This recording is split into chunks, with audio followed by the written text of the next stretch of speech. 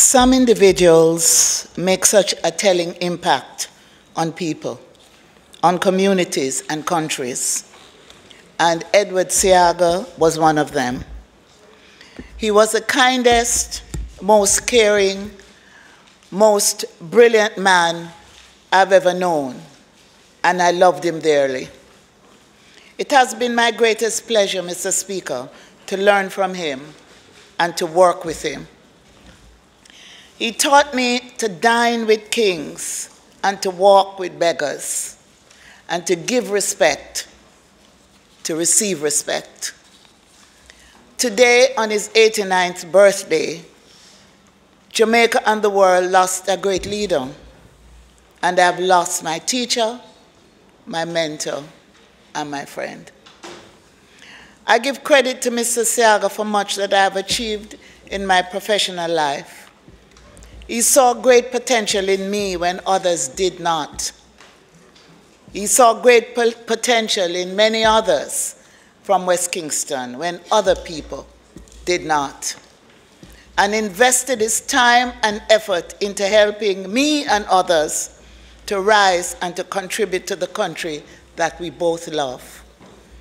Minister Mackenzie and I were a living example of his investment. Mr. Seaga loved Jamaica, and he loved the Jamaican people.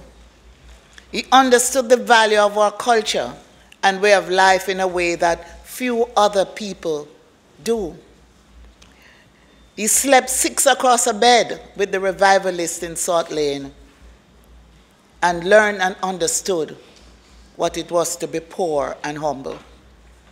He dedicated his life to advancing Jamaica in every way, and we have become a cultural powerhouse worldwide because of Mr. Seaga's vision and service. All of us, especially those of us from West Kingston, we are heartbroken today, Mr. Speaker. He was closer than a brother.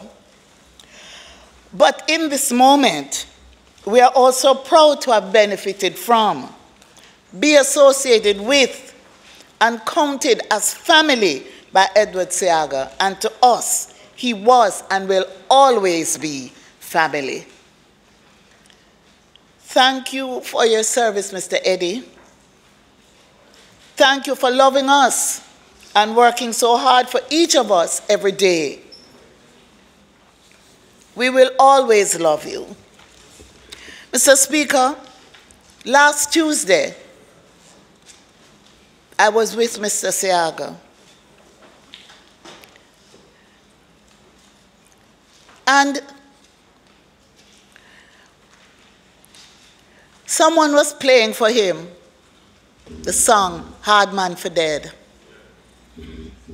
And I said, Mr. Seaga, you don't want to dance? And him say, you're mad? And he didn't say much on that day. And the following day, when the Prime Minister visited him, he said few words, but he said very important words, as the Prime Minister said, to tell the people of Jamaica that he loved them. And on Sunday night, Mr. Speaker, I dreamt, Mr. Seaga, someone came to me and said, look in that mirror, Babsy. And I looked in the mirror. I saw nothing. The person said, look again. And when I looked, I saw Mr. Seaga's image.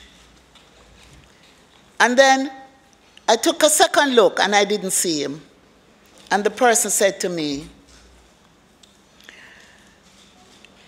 if you see him or if you don't see him, he will always be there. Sadie, walk good. We love you. And we will always ensure that your legacy live on.